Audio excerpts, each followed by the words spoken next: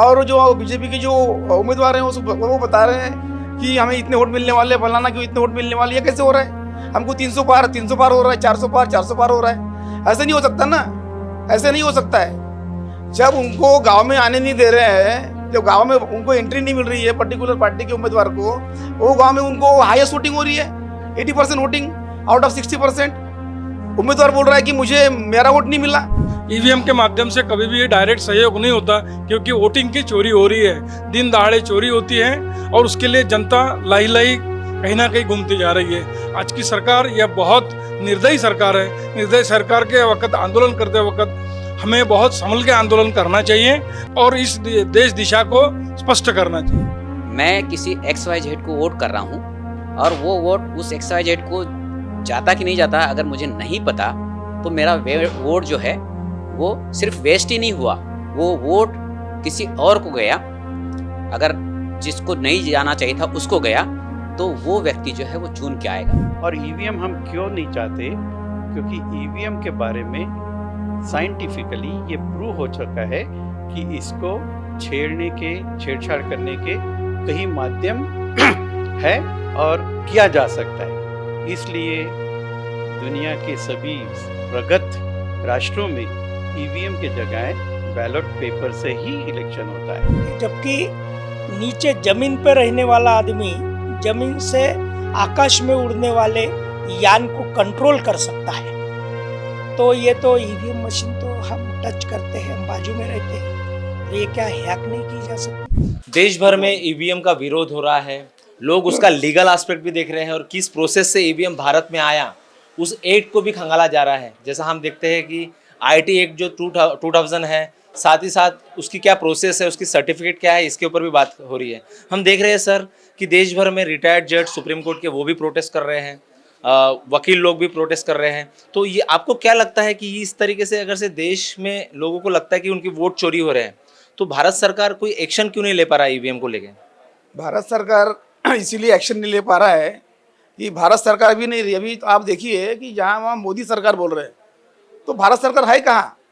अगर भारत सरकार होती तो जन आंदोलन जो देश में हो रहे हैं, किसानों के हो रहे हैं, ईवीएम के खिलाफ में हो रहे हैं, बेरोजगार के खिलाफ हो रहे हैं, महंगाई के खिलाफ जो आंदोलन हो रहे हैं, उसके ऊपर में आज की जो सरकार है, जिसे मोदी सरकार बोलते हैं, उन लोग भारत सरकार है ही नहीं। अगर भारत सरकार होती तो उनको संवेदना होती है। संवेदनाहीन सरकार जो होती है वो सरकार नहीं होती है, वो एक तानाशाह या हुकुमशाह अपन उसे आज बोल सकते हैं। और 2014 से देखिए आप इनका जो रुख है, पर्टिकुलरली इस सरकार का जो रुख है और जो आंकड़े सामने आ रही अपने इलेक्शन के माध्यम से, तो वहाँ से पता लग रहा है कि ये जो सरकार, ये सरकार लोकमत का चोरी करके ही सरकार आ रही है। क्योंकि ऐसा कभी नहीं हुआ कि लोकसभा और विधानसभा में जो है डिफरेंस जो है वोटों का काफ़ी कम होता है।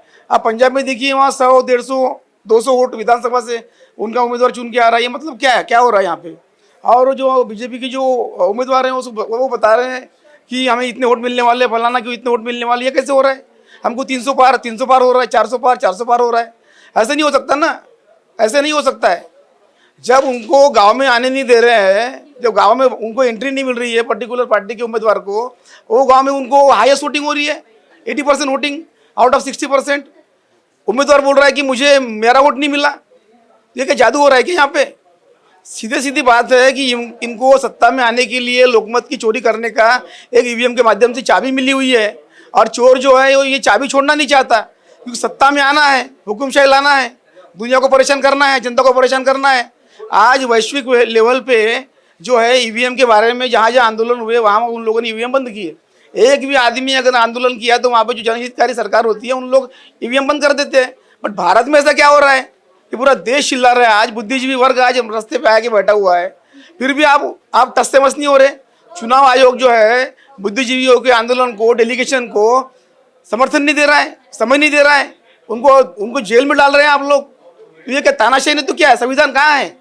संविधान का खुलेआम आप कत्ल कर रहे हो, आप उसका मर्डर कर रहे हो, और विदेश जाके आप डिंगे हाँकते हो कि हम जो है बहुत बड़े लोकतांत्रिक देश के राजा हैं, हम वहाँ के पंतप्रधान हैं, हम बुद्ध की भूमि से आए, हम गांधी की भूमि से आए हुए, और उन्हीं की विचारधाराओं का आप कत्ल कर रहे हैं यहाँ पे। तो ये कहीं ना कहीं जो ये हुकुमशाही है, किसानों का आंदोलन देखो, बेरोजगारों का देखो, और बाकी समाज के आंदोलन देखो, यहाँ पे हो क्या रहा है?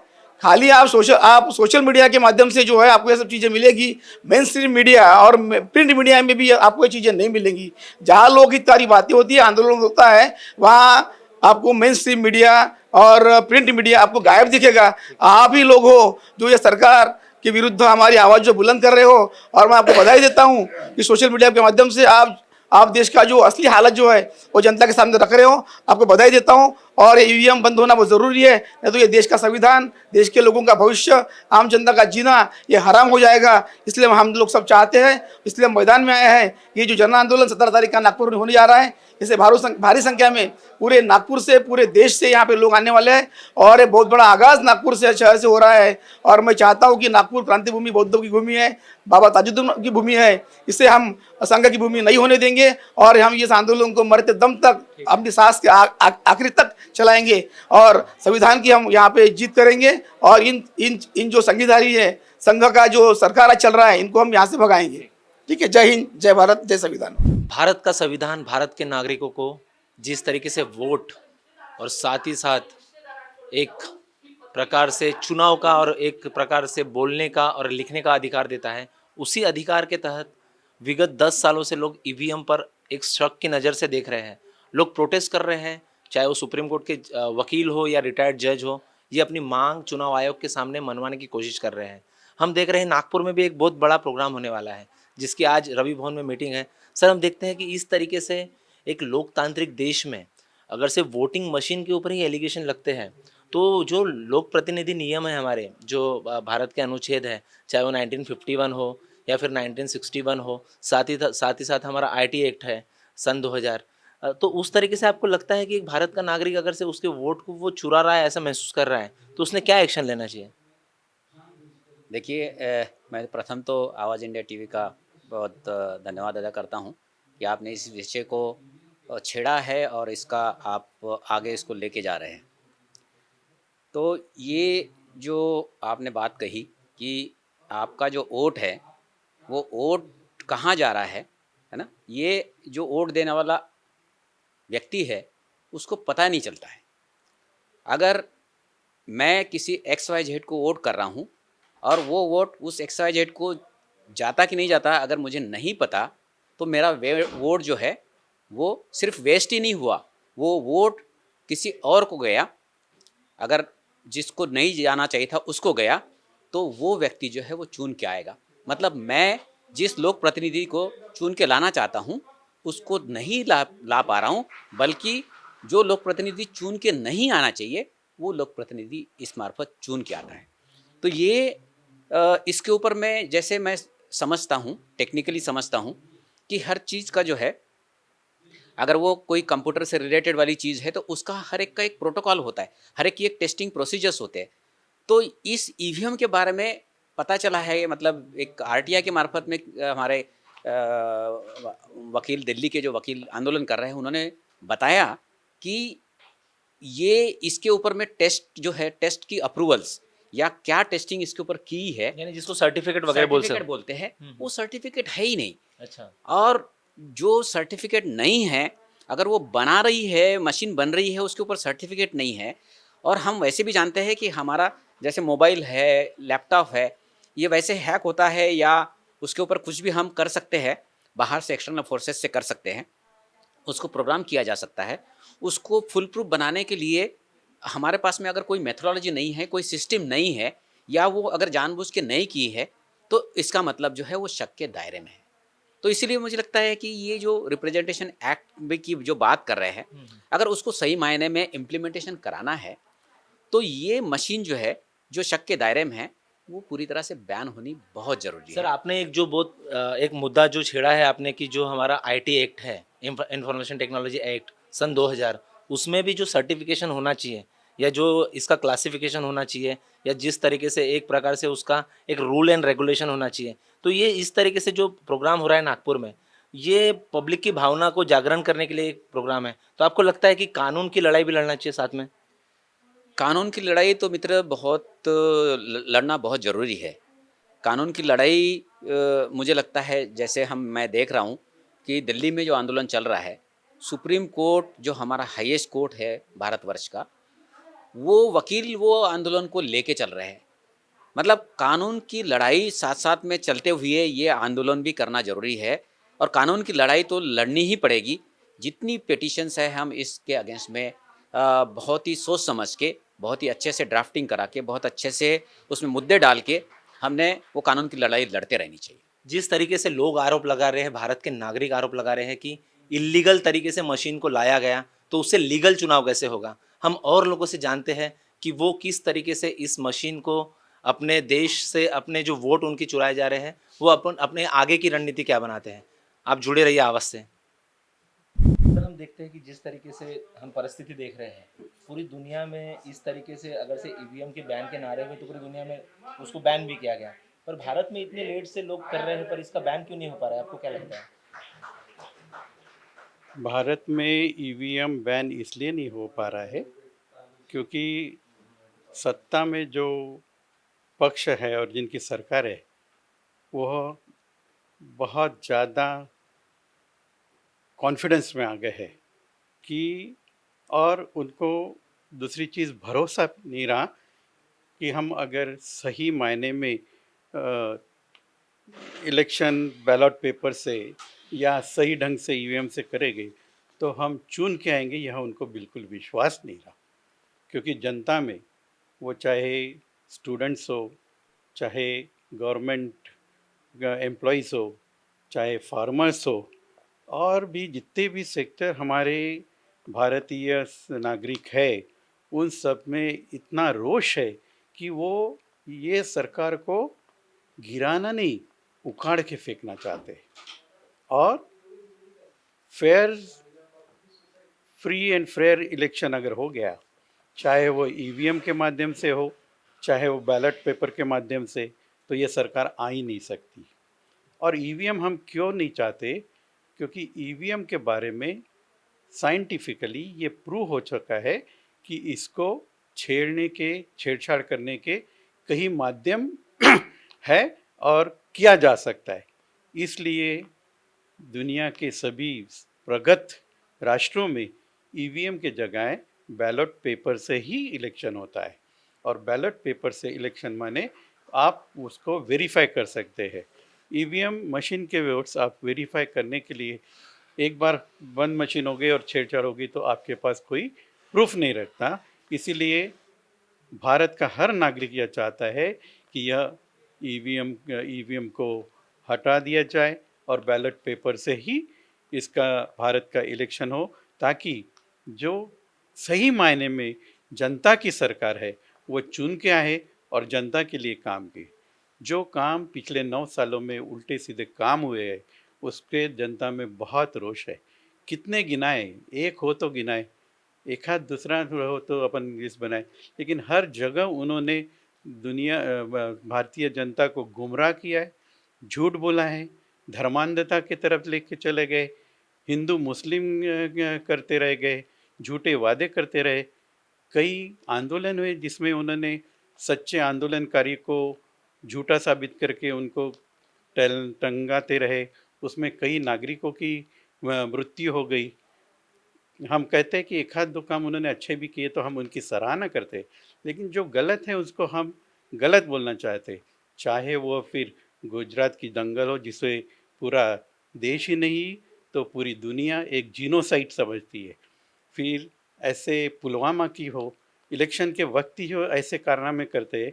और फिर ये अभी आने वाला राम मंदिर, उससे भी किसी के ये नहीं है, लेकिन जो उनके पीछे उनकी भावना है वह सिर्फ इलेक्शन को रीक करने की तरह से या एक हिंदू राष्ट्र बनाने की ओर ले जाने की तरफ से, जो कतई मेजॉरिटी ऑफ भारतीय को नहीं। जो उनके भक्त है, भक्त रहना भी ठीक है, लेकिन जो पढ़े लिखे हैं, जिनको दिमाग है, फिर भी वो अंधभक्त की तरह सिर्फ एक ब्लाइंड फॉलोअर्स की तरह बात करते, अपने बुद्धि का वापर नहीं करते। ऐसे अंधभक्तों के लिए और ऐसे जनता के लिए हिंदू राष्ट्र और या राम मंदिर ठीक है, लेकिन जो बाकी 85% या मेजॉरिटी ऑफ भारतीय, उनको संविधान में विश्वास है, जो समता, स्वातंत्र्य और बंधुता की गवाह रहते हुए हम सब भारतीय को एक सूत्र में बांधकर हमें शांति से इस देश में जैसे आज तक हम रहे वैसे आगे भी रहने की जो संविधान गारंटी देता है, ये मोदी गारंटी जो पूरी झूठी है। आज तक किसानों की आम दुगनी नहीं हुई, सभी को 2022 में घर मिलने वाले थे नहीं थे। तो कितनी झूठ, कितनी गारंटी पे गारंटी देने, उसकी गारंटी भी झूठी रहती है। ये आज हर आदमी को समझ में आ गया। इसलिए सभी को एक ही लगता है कि हमारा संविधान ही हमारी गारंटी है और संविधान के अंडर में ही फेयर एंड फेयर इलेक्शंस हो जाए और संविधान की तरह से ही ये भारत का राजकारभार करे, यही हमारे भारतीयों का विश्वास है। और हम इसे इसलिए ईवीएम को हटा के बैलेट पेपर से इलेक्शन कराना चाहते हैं। और इस आपके माध्यम से मैं सभी भारतीय नागरिकों को, हर माता बहन भाइयों को तथा सभी जितने भी ऑर्गेनाइजेशन है, कोई भी समाज की हो, कोई भी धर्म की हो, जो संविधान में विश्वास रखते हैं, उन सबको यह आह्वान करना चाहता हूँ कि आप आने वाले 17 फरवरी 2024 को शाम 5 बजे इंदिरा मैदान कामठी रोड में जो ईवीएम हटाओ की परिषद और रैली हो रही है, उसमें अपना सहभाग जरूर बताइए। जय भीम, जय भारत। 17 फरवरी शाम 5 बजे नागपुर में पूरे भारत के लोग जुड़ रहे हैं, जो अपने लोकतंत्र के जो उनके वोट्स है उनको लगता है कि चुराए जा रहे हैं किसी रूलिंग पार्टी के द्वारा या किसी शक्तियों के द्वारा। हमारे साथ नागपुर के सुजान नागपुर है नागरिक है उत्तम शेवड़े साहब, जो देश के जो मुद्दे हैं, ज्वलंत मुद्दे हैं, एक सामाजिक कार्यकर्ता है और एक साथ ही साथ पॉलिटिकल बैकग्राउंड से भी आते हैं। हम देखते हैं कि सर देश भर में ये ईवीएम के विरोध में प्रोग्राम हो रहे हैं। अभी नागपुर से एक इंडिया अगेंस्ट ईवीएम करके ये एक एनजीओ भी काम कर रहा है, जिसमें देश के मान्यवर लोग आ रहे हैं। आपको लगता है कि इस तरीके से, जैसा एक तरीके से आप ईवीएम का विरोध भी कर रहे हैं, साथ ही साथ चुनाव आयोग भी कटघरे में आता है, तो आपको लगता है कानूनी प्रक्रिया की तरफ से भी लोगों ने सोचना चाहिए? ये ईवीएम की सरकार फिलहाल में देश में है। 2004 से ये ईवीएम की सरकार बनना शुरू हुई। बीजेपी की 2004 और 2004 के बाद में 2009, ये 2 बार उनकी सरकार बनी। फिर बाद में 2014 और 2019 में बीजेपी की सरकार। ये ईवीएम के माध्यम से जो कांग्रेस और बीजेपी, इनका मेल मिलाप है, इनका अंतर्गत जो साठगांठ है, और इसीलिए साठगांठ के तहत बीजेपी कांग्रेस इसमें कोई अंतर नहीं है, ऐसा हमें लगता है। इसलिए बहुजन समाज के लोग, ये ब्राह्मणवादी सरकार, ब्राह्मणवादी मीडिया, इसके माध्यम से लोगों को गुमराह करती है और ईवीएम बहुत अच्छी है ये बताने का काम करती है। जबकि नीचे ज़मीन पर रहने वाला आदमी ज़मीन से आकाश में उड़ने वाले यान को कंट्रोल कर सकता है। तो ये तो ईवीएम मशीन तो हम टच करते हैं, हम बाजू में रहते हैं, तो ये क्या हैक नहीं की जा सकती? क्या इसमें फेरबदल नहीं किया जा सकता? क्या उसमें घोटाला नहीं किया जा सकता? और ये घोटाला होते हुए इसमें 15-20 साल निकल गए। सुप्रीम कोर्ट ने एक जजमेंट दिया कि घोटाला को पकड़ने के लिए वीवीपैट ट्रेल मशीन लगाई जाए, पर्ची। हाँ, तो जिसमें पर्ची, जिसका बटन दबाए उसकी पर्ची निकलना चाहिए। उसमें भी घोटाले हुए। हम अगर हाथी की बटन दबाते तो पर्ची कमल की निकलती है, ऐसी कही है। उसके बाद अगर 1 लाख वोट डाला जाता है तो उसमें 1.25 लाख वोट निकलता है पर्ची में। तो ये घोटाले ऐसी बहुत बार सामने आए। सुप्रीम कोर्ट ने इसका संज्ञान लेने की बात की, लेकिन शासन प्रशासन में इलेक्शन कमीशन से लेकर तो सारी चीज़ें सरकार के इशारे पे चलती है। इसलिए ये ईवीएम ना हो, ईवीएम के खिलाफ में जनता अभी जाग चुकी है। बहुजन समाज पार्टी की राष्ट्रीय अध्यक्षा बहन मायावती जी, इन्होंने पार्लियामेंट के अंदर में ये कहा था कि ये ईवीएम की सरकार है और ईवीएम की सरकार हम चलने नहीं देंगे। लेकिन अभी तो जनता सभी जो सामान्य जो पब्लिक है, इनके ध्यान में आ रहा है कि ईवीएम में बड़े पैमाने पे घोटाला हो रहा है। ये 3% ब्राह्मण्स और 15% जो हायर कास्ट है, ये मिलकर 400 सीटें जीतने की बात करते हैं, वो दावा करते हैं। सर, आप किस तरीके से समाधान देखते हैं कि देश में जितने भी संगठन हैं उनको क्या अपील करेंगे और किस तरीके से रणनीति बनाएंगे आप? इनको हम अपील करेंगे कि कांग्रेस बीजेपी ये मिली हुई सरकार है, मिली भगत है इनकी, ये ब्राह्मणवादी वर्चस्व चाहती है। अगर ये फुले शाह अम्बेडकरी विचारों के जो लोग अगर सोशल प्लेटफॉर्म पे एक आकर अगर थर्ड फ्रंट को अगर साथ देते हैं, और थर्ड फ्रंट ये बाबा साहब के नीले झंडे वाला, बाबा साहब के चुनाव चिन्ह हाथी वाला ये हो सकता है, और बहन मायावती उसकी मुखिया हो सकती है। उनके नेतृत्व में थर्ड फ्रंट होकर ये जनता से हम अपील करना चाहते हैं, और ईवीएम हटाओ, देश बचाओ, लोकशाही बचाओ, ये हम विनंती करना चाहते हैं। धन्यवाद। देश भर में इस ज्वलंत मुद्दे पर बहस छिड़ चुकी है। लोग रास्ते पर उतर रहे हैं, लोग आंदोलन कर रहे हैं, लोग अपने अपने लेवल पर मीटिंग कर रहे हैं, नुक्कड़ मीटिंग हो रही है, लोग प्रदर्शन कर रहे हैं, और लोग कानून की पेचीदगी को भी समझकर ईवीएम के विरोध कर रहे हैं। दोनों तरीके से दोनों छोर पे चुनाव आयोग पर प्रेशर बनाया जा रहा है। लेकिन सर, हम देखते हैं कि जिस तरीके से अभी चुनाव डिक्लेयर है, कुछ दिनों में आचार संहिता भी लगेगी, आपको क्या लग रहा है कि इस तरीके से जिस तरीके से ईवीएम का विरोध हो रहा है, तो आप क्या रणनीति बनाएंगे कि तुरंत एक्शन हो जाए और एक प्रेशर क्रिएट होकर देश में, और जो पूरी दुनिया भी देख रही है इसको, तो आप किस तरीके से समाधान देखते हैं इसका? मेरा ये कहना है कि जिस तरीके से ये देश में पूरा अराजकता का वातावरण इस मनोवादी सरकार ने किया है, उसको निपटने के लिए हम लोग छोटी छोटी नुक्कड़ हम लोगों की मीटिंग चल रही है। हमारा प्रयास ये रहेगा कि ईवीएम का जो मुद्दा हम लोग जो लिए हैं, ईवीएम ये पूरी तरह से यहाँ से जाना चाहिए। हम ये ज़रूर मानते हैं कि हमारे इस आंदोलन से हो सकता है कि कुछ हद तक के प्रभाव पड़े। जैसा कि आप देखते हैं कि दिल्ली में हमारी जो वकीली टीम है, ये भी हमारी तरह से, हमारे तरीके से छोटे छोटे ऐसे आंदोलन कर रहे हैं, जिसका प्रभाव आप देख रहे हैं कि पूरे देश में पड़ रहा है। उसी को देखते हुए हम भी नागपुर में आने वाली 17 तारीख को इंदौरा मैदान पे एक बहुत बड़ी जनसभा कर रहे हैं। मैं आह्वान करूंगा अपने पूरे नागपुर वासियों से कि इस सभा में ज़्यादा से ज़्यादा तादाद में शरीक होके इस सभा में शामिल हो और इस ईवीएम का विरोध करें। और आज जिस तरीके से ये माहौल है, आज हमें चिंता इस बात की भी होती है कि हमारे जो आने वाली जो जनरेशन है, जो भविष्य उनका है, वो खतरे में दिख रहा है।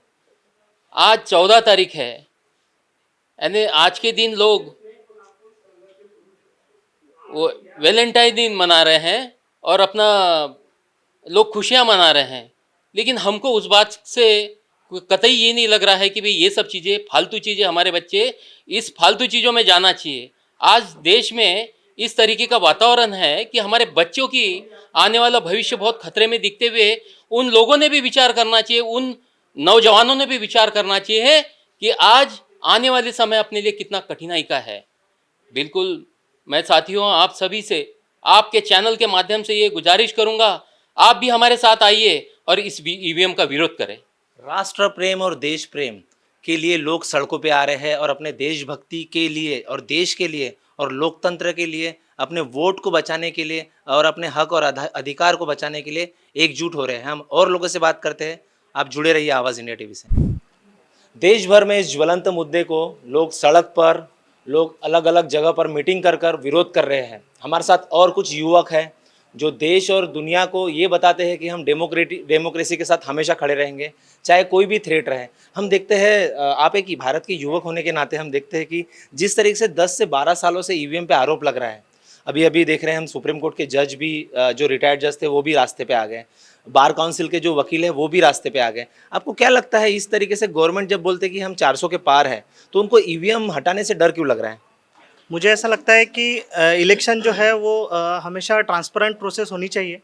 और जिस तरीके से पिछले 2 टर्म्स में हमने देखा है, तो बहुत सारी जगह पे ये चीज़ें हुई है और लोगों ने इसके ऊपर में आवाज़ भी उठाया, लेकिन कुछ एक्शन होते हुए हमको दिखा नहीं। और मुझे ऐसा लगता है कि अभी सही में ज़रूरत है लोगों ने आवाज़ उठाने की, और साथ में इसके साथ में लोगों में अवेयरनेस भी होना चाहिए इलेक्शन के लिए, क्योंकि कहीं ऐसा ना हो जाए कि हम लोग बैन ईवीएम इसको इतना मुद्दा बनाने के बाद लोगों के मन से इलेक्शन के प्रति निराशा भी ना हो। मैं लोगों को बताना चाहूँगा कि इलेक्शन में वोट करना ये आपका अधिकार है और आपने इस अधिकार को बेखूबी निभाना चाहिए। और इसको निभाते हुए इस तरीके के जो मुद्दे हैं, ऐसे मुद्दों में भी हमने शामिल होना चाहिए। हमें रास्ते में आके भी लड़ना होगा और इसको लीगली भी हमें लड़ना होगा। हम दोनों तरीके से लोग इसके लिए आगे बढ़ेंगे, तभी इसके लिए कुछ हो सकता है। और साथ में हमें लोगों को अवेयर भी करना होगा कि हमारे जो राइट्स हैं, ये राइट्स को हम सही तरीके से यूज़ करें ताकि हम सही कैंडिडेट को जिता कर ला सकें। देश के जो सेवाएं करते हैं जो लोग, और हम देखते हैं कि जिस तरीके से विरोध हो रहा है, तो जिस तरीके से जो संगठन अलग अलग बिखरे हैं, उनको आप क्या मैसेज देंगे? मुझे ऐसा लगता है कि ये जो बात है ये देश की बात है। अभी हमने संगठन तक सीमित न रहते हुए हमने सबने इकट्ठा आने की ज़रूरत है और देश के लिए क्या अच्छा हो सकता है वो हमने सोचना चाहिए। जैसे हमारे आदर्श बाबा साहेब आम्बेडकर भी कहते हैं, I am Indian firstly and lastly. तो वैसे ही हमने सभी ने इस बात को ध्यान में रखते हुए, देश को प्राथमिकता देते हुए, देश के को महत्व देते हुए देश के लिए आगे आना चाहिए और साथ में मिलकर लड़ना चाहिए। राष्ट्रवाद, देश प्रेम और देश के प्रति स्नेह, और इसी तरीके से हम देखते हैं कि उसी स्नेह के वजह से लोग अपने वोट की चोरी होने का आरोप लगा रहे हैं। हमारे साथ भारत के सुजान नागरिक है जो इस ईवीएम के ऊपर सालों से आरोप लगा रहे हैं। हम देख रहे हैं कि सर पूरे देश में एक ईवीएम का विरोध हो रहा है, एक लहर आ रही है। आपको क्या लगता है कि आप क्या आह्वान करेंगे, क्योंकि ईवीएम का विरोध बहुत तेजी से हो रहा है, सुप्रीम कोर्ट के जज कर रहे हैं, वकील कर रहे हैं, आप अपने तरफ से नागपुर में इससे क्या मैसेज देंगे? हम लोग तो यही कहेंगे कि ईवीएम से वोटिंग नहीं होना चाहिए और बैलेट से वोटिंग होना चाहिए, जिसमें जन जन के अपने अपने अधिकारों का सुरक्षा होए और इस देश के विकास में उसका डायरेक्ट सहयोग होना चाहिए। ईवीएम के माध्यम से कभी भी ये डायरेक्ट सहयोग नहीं होता, क्योंकि वोटिंग की चोरी हो रही है, दिन दहाड़े चोरी होती है और उसके लिए जनता लाही लाही कहीं ना कहीं घूमती जा रही है। आज की सरकार यह बहुत निर्दयी सरकार है। निर्दयी सरकार के वक्त, आंदोलन करते वक्त हमें बहुत संभल के आंदोलन करना चाहिए और इस देश दिशा को स्पष्ट करना चाहिए। सर जिस तरीके से अभी प्रेजेंट गवर्नमेंट बोल रही है कि हम 400 के पार होंगे, तो वो अपना उनका 56 इंच के सीने के साथ ये बोल रहे हैं, पर वो ईवीएम के वक्त वो क्यों शांत हो जाते हैं? वो तो ये है कि उनसे जो चोरी करता है वो बोलेगा कि मैं चोरी किया हूँ, चाहे आरएसएस बीजेपी जो भी है वो बोलेगा कि हम चोरी कर रहे हैं, इसलिए वो 56 इंच रहें चाहे 112 इंच रहें। सामान्य लोगों की छाती तो उतनी नहीं हो रही ना, सामान्य लोगों की छाती तो दिन ब दिन कम होती जा रही है। मुझे लग रहा है सामान्य लोगों की लड़ाई ये बैलेट से ही लड़ाई जाएंगी, ईवीएम से नहीं।